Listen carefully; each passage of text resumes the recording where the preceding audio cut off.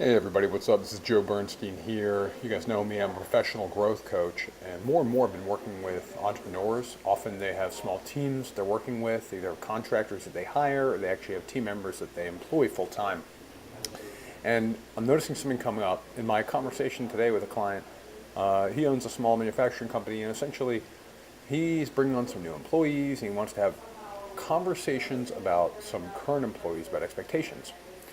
And essentially, throughout our conversation in the coaching session, he's asking me, well, I want to send this message, but I don't want to send that message. I want to say this, but I'm afraid that they would think that. Here's what I have to say about this. He was trying to he was trying to get me to help him understand how he can communicate in a way where he gets to still avoid the tension of a difficult conversation. I'm never going to help my employee or my client do that with an employee. If there's a difficult conversation to have with an employee about expectations, there's a difficult conversation to have with a new employee about the expectations they're seeing in the environment right there, right now, there's no way to hide it. And I'm not going to help you learn how to hide it better. I'm going to help you learn how to address it in a way that's conscious, that's in integrity with what you want, that's taking full responsibility, and that's actually more transparent than you would have in the past. That's the key.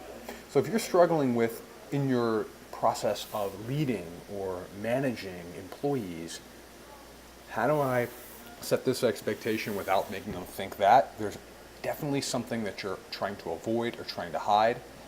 If you're trying to get around a conflict, if you're trying to get around a potential conversation that makes you look bad or where the other person might get upset, that's not the path. The pathway is through the obstacle. The pathway is through the challenging conversation.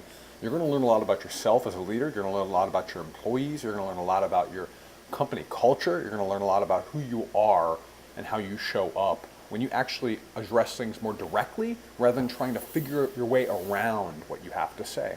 In this particular situation, he wanted to bring on a new employee, but there was someone else in a similar role who was not even meeting expectations. He wanted to figure out, well, how do I communicate to this new employee, I'm setting these expectations for you, but not everyone else is being held to that standard.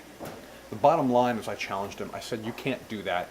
What you have to do is you have to hold your employees to the standards and expectations that you're teaching the new employees, that you're communicating to the new employees. Anything else is not going to get you what you want in this process. Anything else makes you look like a two-faced leader. Anything else makes you look like someone who's avoiding the real challenge, who's trying to hire new people to solve a problem that's already existing in your own leadership, and that's not going to ever work. So I hope that helps. If you have questions about that, it's time for you to step up the way you lead and manage employees. I'm dealing a lot with that. I had 13 plus years of training in that department with Bose Corporation, and I have a lot more training in how to communicate effectively with intuition, with emotions, with clarity, with transparency since I've left Bose, and I want to help you with that. So if this is your challenge as well, go ahead and reach out.